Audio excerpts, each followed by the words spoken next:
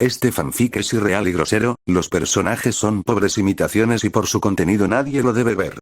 Hola, buenas, ¿cómo están? Espero que bien. Saludos a todos los miembros del canal. Y saludos a ti que decidiste ver este video. Eres un crack. Espero que te suscribas, des like y me digas qué opinas en los comentarios. Me apoyaría muchísimo a seguir haciendo videos. Gracias por su apoyo. Antes de iniciar con el capítulo, un saludo especial a la Dax 234. Nuestro primer miembro del canal. Si quieres un saludo especial, puedes unirte al canal, mando saludos especiales a partir del rango demonio. Sin más, que comience el video.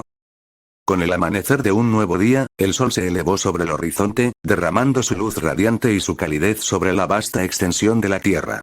Agradecida por ese gesto generoso del astro rey, una joven desplazada comenzó a desperezarse en sus aposentos privados. Los rayos del sol se filtraban a través del amplio ventanal, y ella, aún somnolienta, murmuró con voz ronca: ¡qué frío! Sus habitaciones se encontraban en el tercer piso del edificio de investigaciones de Ranoa, al final de un largo pasillo y conectadas directamente con su laboratorio privado. El lugar parecía un campo de batalla tras una feroz contienda. Montones desordenados de ropa se apilaban en cada rincón, mientras papeles, cuencos, plumas, restos de comida seca, equipo de investigación y toda clase de utensilios compartían el mismo caos absoluto. Era, sin duda, la obra maestra de una auténtica reclusa de élite. No hacía falta describir el olor que impregnaba el aire, aunque ella se había acostumbrado por completo y lo disimulaba rociando perfume para enmascarar los peores efluvios. Nanaoshi se levantó perezosamente de su cama revuelta, tomó una profunda bocanada de aire y comenzó a avanzar con cuidado por el suelo, esquivando la camisa que había tirado la noche anterior. Así comenzaba, una vez más, la rutina diaria de la joven. Se movía con soltura entre los obstáculos que obstaculizaban el corto trayecto hasta la ventana, completamente habituada al desorden que la rodeaba. Era la prueba irrefutable de sus 3 años de vida recluida. Al fin llegó al ventanal y se enfrentó a los intensos rayos matutinos, que iluminaban un paisaje sobrecogedor. La naturaleza en su esplendor se fundía con la lejana ciudad mágica de Sharia.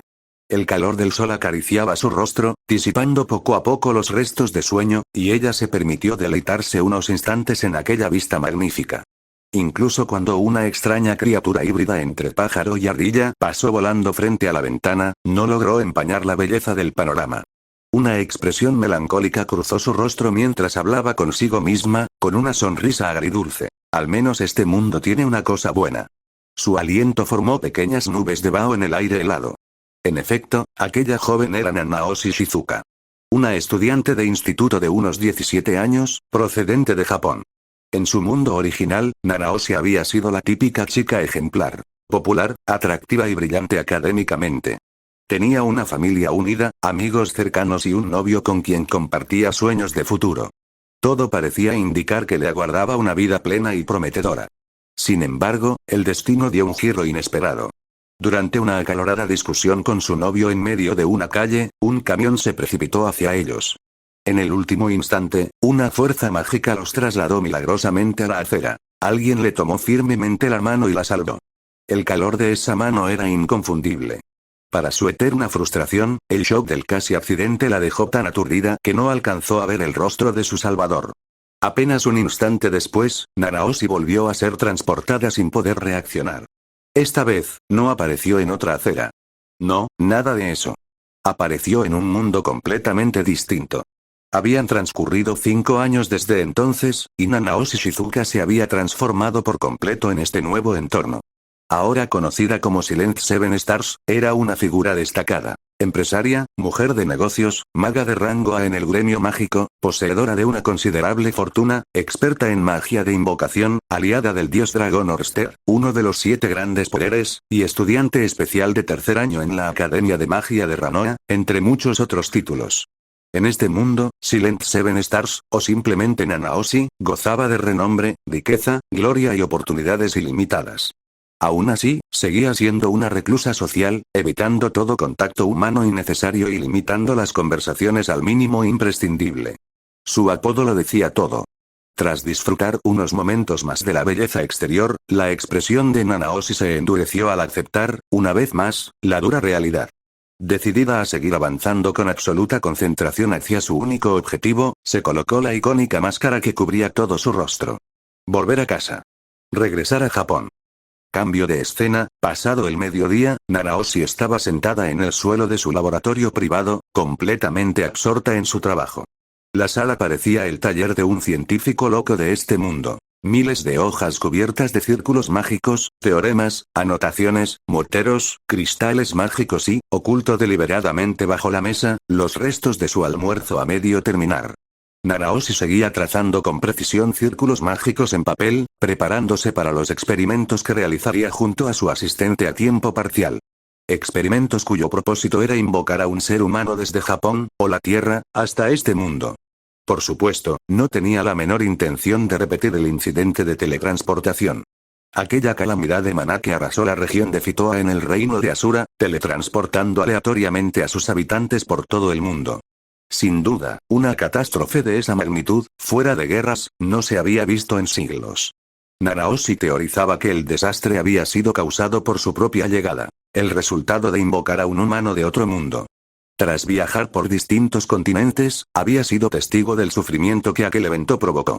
Por eso decidió construir una base sólida para su investigación, avanzando metódica y minuciosamente para evitar que su egoísta deseo de volver a casa provocara otra tragedia.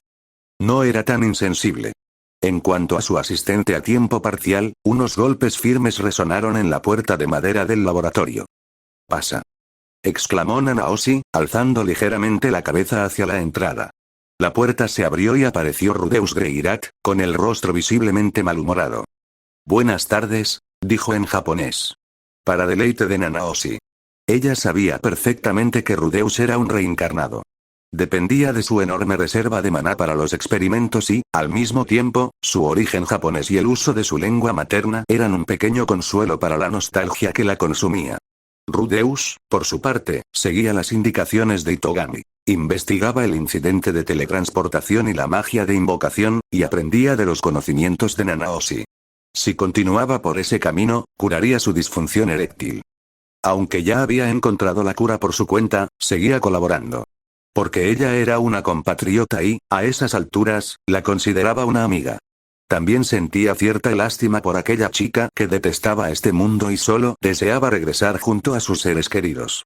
Nanaoshi, siempre observadora, notó al instante el evidente mal humor de Rudeus. Él no tenía motivos para ocultárselo. No puedo permitir que un mal día le afecte al experimento, pensó con frialdad, ocultando el lado más compasivo que había enterrado al llegar a este mundo. ¿Qué te pasa?, preguntó con tono neutro, sin dejar de dibujar la parte más sencilla del círculo mágico. Sin perder tiempo, Rudeus se sentó en una silla, echó un vistazo a su trabajo y soltó. Corren rumores de que Gojo Satoru viene hacia acá. Nanaoshi se detuvo en seco. Durante los 2 años que llevaba viajando y creando conexiones por el mundo, siempre había buscado a su novio, Shinohara Akito, y cualquier pista sobre otros japoneses. De vez en cuando oía nombres japoneses, o parecidos, y convencía a Orsted de investigar. Siempre terminaba decepcionada. Eran habitantes normales de este mundo con nombres similares. Aunque raros, existían nombres japoneses, americanos, nórdicos. Con el tiempo y las sucesivas decepciones, se volvió más cínica y decidió concentrarse en investigar un modo de regresar, difundiendo su nombre y sus inventos. Así, si había alguien más, ellos la encontrarían.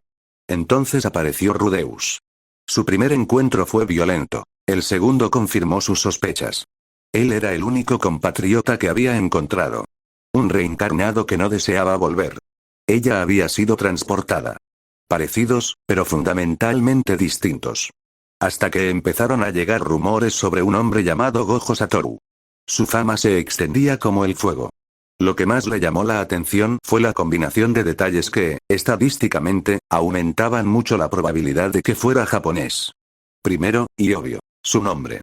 Segundo, y más sospechoso, no existía ningún registro de él antes de aparecer en la Tierra Sagrada de las Espadas. Tercero, su origen vago y el aura de misterio que lo rodeaba. Todo apuntaba a que podía ser otro japonés. Sin embargo, había un problema fundamental. Sus supuestas habilidades eran un enigma tanto para este mundo como para el suyo. La única sospecha que tenía era que podría tratarse de su salvador mágico, o incluso de quien la había arrastrado a este mundo moralmente cuestionable. Preguntas y más preguntas la mantenían con los pies en la tierra. Aún así, debía comprobarlo por sí misma.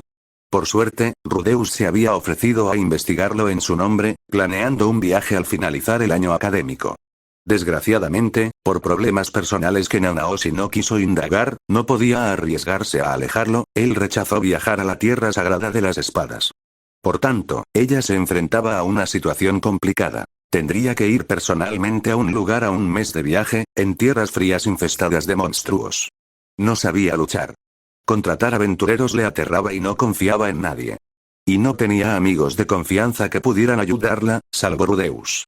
Su única idea era esperar al final del curso, llamar a Orsted y convencerlo apelando a su insaciable curiosidad por lo desconocido. Con él, el viaje sería seguro. Pero ahora, ya no necesitaba pasar por todo eso. Gojo Satoru venía hacia aquí. Nanaoshi murmuró con un leve tono de esperanza y expectación. Son excelentes noticias. Rudeus la miró con cara inexpresiva y señaló con el dedo. Excelentes para ti. Una pequeña sonrisa se dibujó tras la máscara de Nanaoshi. Se puso en pie, recogió sus papeles y le hizo un gesto para que la siguiera hacia la sala de experimentos. Levántate. Hoy tienes mucho trabajo por delante. Rudeus se levantó, tarareando ligeramente sorprendido. Es la segunda vez que la oigo tan contenta, pensó, notando el tono especialmente alegre que se filtraba a través de la máscara. Y así, los experimentos y la rutina diaria siguieron su curso día tras día, mientras la tan esperada llegada de Gojo Satoru se acercaba más y más. ¿Sería Gojo Satoru una grata sorpresa? ¿O tan solo otra amarga y cruel decepción? Una cosa era segura. Conociendo a Gojo Satoru, el resultado nunca sería convencional. Describir la tarde fría de invierno en las tierras septentrionales del continente central como simplemente fría sería un eufemismo grotesco. Un frío capaz de congelar la médula de los huesos sería una descripción mucho más acertada. El invierno resultaba especialmente implacable para los habitantes del norte. Además del frío evidente, debían lidiar con escasez de alimentos. Monstruos cuya fuerza media solo era superada por los del continente demoníaco. Tráficos de esclavos. Bandidos, estafadores y toda clase de delincuentes. Una geografía que los mercaderes solían calificar, con ironía, de amigable. Aún así, la resiliencia y la capacidad de adaptación de los mortales, ejemplificada especialmente por la raza humana, no debían subestimarse jamás. Incluso en condiciones tan adversas, habían logrado prosperar y forjar una sociedad extraordinaria. Un reino. El reino de Ranoa. A diferencia de sus lejanos vecinos en la tierra sagrada de las espadas, que seguían el camino de la espada, aquí se veneraba el camino de la magia. Pero ni siquiera un reino tan poderoso e influyente como Ranoa, capaz de rivalizar con el reino de Shirone, habría podido erigir, por sí solo, una ciudad como la que ahora se alzaba ante nosotros en medio de aquellas tierras hostiles. La ciudad mágica de Sharia. Una urbe imponente que podía divisarse desde kilómetros de distancia. Su población superaba el 500.000 de habitantes de todas las razas, aunque la gran mayoría eran humanos. Su diseño estaba inspirado en la capital Milisión del sagrado país de Milis, con la ventaja adicional de que la mayoría de los edificios estaban construidos con ladrillos resistentes a la magia, un material extremadamente costoso en cualquier otro lugar. En Sharia, sin embargo, esos ladrillos se producían localmente y el control absoluto de su fabricación constituía un monopolio absoluto. En medio de la nieve y la luz mortecina de una tarde invernal del norte, la ciudad se erguía desafiante, cálida, acogedora y resplandeciente. Lograr una urbe de tal magnitud habría sido imposible para el reino de Ranoa en solitario.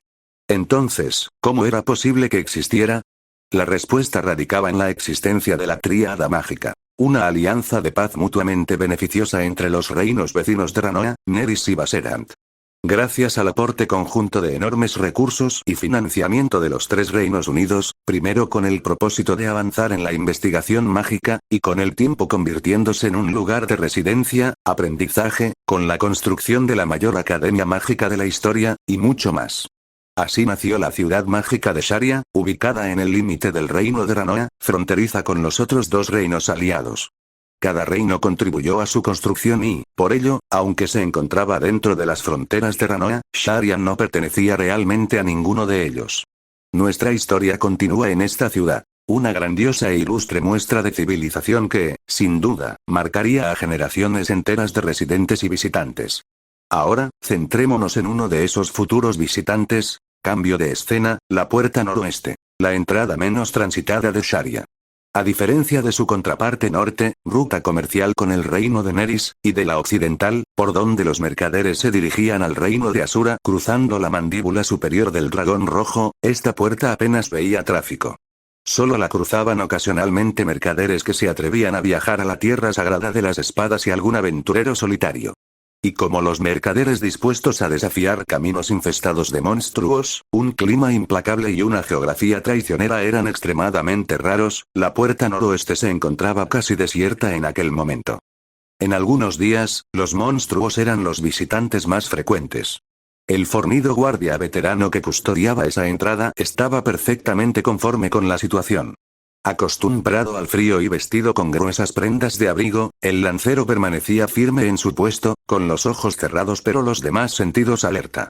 Disfrutaba de la caótica pero armónica rutina. Por un lado, los sonidos de yunques, molinos y forjas mezclándose con las voces de regateo entre vendedores y clientes que llegaban desde el interior de la ciudad. Por el otro, los chillidos de los loros ardilla que ni el viento helado lograba acallar, y la sensación constante de la nieve cayendo sobre sus hombros y el paisaje circundante. En verdad, aquel hombre mayor y cumplidor no cambiaría su puesto por nada del mundo. Ni siquiera por su esposa, siempre refunfuñona, admitiría en privado.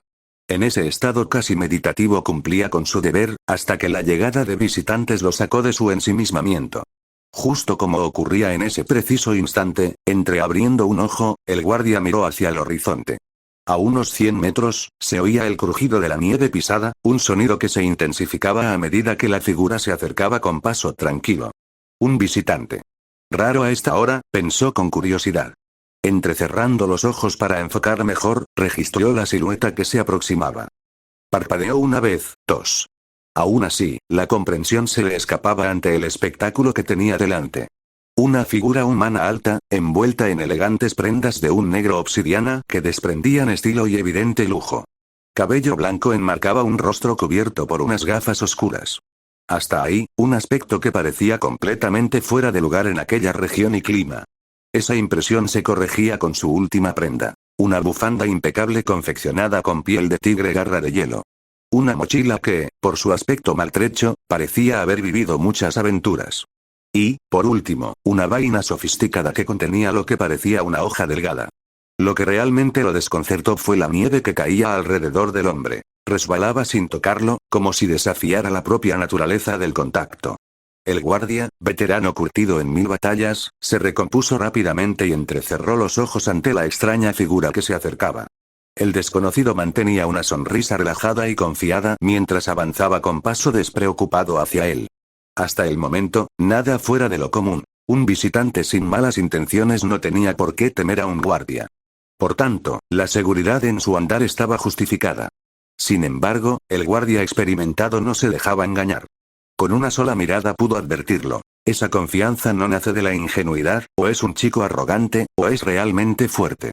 Sus pensamientos se interrumpieron cuando el hombre, ya a menos de 10 metros, lo saludó con un gesto casual de la mano. «¡Hey!». El guardia resopló, ignorando el saludo amistoso y respondió con voz ronca. «¿Tienes identificación?». La identificación era, en efecto, un tema delicado en aquellas tierras. Contar con algún documento facilitaba enormemente la entrada tanto para el guardia como para el visitante. Aunque el guardia estaba casi convencido de que aquel extraño la tenía. Con esa ropa, si no lleva identificación, podría ser un ladrón, pensó con cansancio, aunque su mirada seguía afilada. Aunque era un hombre cumplidor y satisfecho con su trabajo, no disfrutaba especialmente de la parte de interrogar. El hombre asintió con calma. Sí, dame un segundo que la busque. Metió la mano en la mochila y comenzó a rebuscar en los bolsillos bajo la atenta mirada escrutadora del guardia. Tarareando distraídamente, el de cabello blanco murmuró. Juraría que la tenía aquí. El guardia suspiró, mirando por encima del hombro del hombre. ¿No la encuentras, eh? El desconocido se encogió de hombros con una sonrisa divertida. Vaya. Pues tendré que ir a buscarla. Dicho esto, dio media vuelta y se alejó en dirección contraria, regresando por donde había venido. Poco a poco se perdió de vista, dejando al guardia completamente desconcertado. El guardia reflexionó un momento sobre el extraño joven. Podría haberlo dejado pasar tras unas preguntas, no es mi problema. Al desaparecer la breve anomalía, relajó la tensión inconsciente de su mano sobre la lanza y volvió a disfrutar de la rutina caótica. Aunque, juraría que alguien me había descrito a un tipo con ese aspecto, pensó vagamente. Lo que su memoria traicionera no le recordaba eran las claras instrucciones del director Georg de la Academia de Magia. Todos los guardias habían recibido la orden de dirigir directamente a la academia a un hombre llamado Gojo Satoru, de cabello blanco llamativo, ropa negra, gafas exóticas y expresión inconfundible, en cuanto apareciera. En fin. Cambio de escena, evidentemente, el extraño que había perdido su método de identificación, su tarjeta de aventurero o cualquier otro documento, no era otro que Gojo Satoru. Y, como era de esperarse con Gojo Satoru, entró en la ciudad sin identificación ni trámite legal alguno. Antes de hacerlo, había pensado brevemente en el paradero de su tarjeta de aventurero. Seguro que Nina la cogió, concluyó, sin que se le pasara por la cabeza la posibilidad de haberla perdido él. Que Gojo Satoru perdiera algo tan importante como la tarjeta de aventurero que le habían otorgado con un rango honorario a por ser uno de los 7 grandes poderes sería un escándalo inadmisible. La palabra clave era importante para Satoru, claro. Se encogió de hombros. Pediré que me saquen una nueva aquí. Ni se le ocurrió que, por perderla, su rango volvería a empezar desde F. Qué despreocupado. Así, Satoru simplemente se teletransportó más allá de la puerta, ante el asombro de un grupo de niños enanos y humanos que jugaban en el callejón cercano. Uno de los más atrevidos exclamó con admiración. ¡Qué guay, señor! Ha aparecido de la nada. Satoru respondió con el mismo entusiasmo. Lo sé. Es que soy así de guay. Señaló al niño con el dedo. Los niños rieron y se emocionaron aún más. El más extrovertido insistió. Oye. ¿Nosotros también podemos hacer eso? Enséñanos. Satoru soltó una carcajada, se agachó para revolverle el pelo al niño y le dedicó una sonrisa comprensiva. No puedo, lo siento, pequeño. Los niños se decepcionaron visiblemente al saber que no podrían aprender ese truco de aparecer de la nada, pero Satoru volvió a sonreír y les dio una pequeña charla con tono alegre. Pero tienes espíritu. Puede que no llegues a ser tan guapo ni tan talentoso como yo cuando tengas mi edad, pero si te esfuerzas podrías llegar a ser alguien importante, supongo. Le revolvió el pelo una última vez, se levantó y comenzó a alejarse. Los niños observaron la figura que se alejaba con expresiones de leve confusión. El niño que había recibido la lección gritó. Eso no me ayuda en nada, señor. Parecía que el infinitamente talentoso y siempre excelente en todo lo que intenta Satoru era completamente incapaz de enseñar nada útil.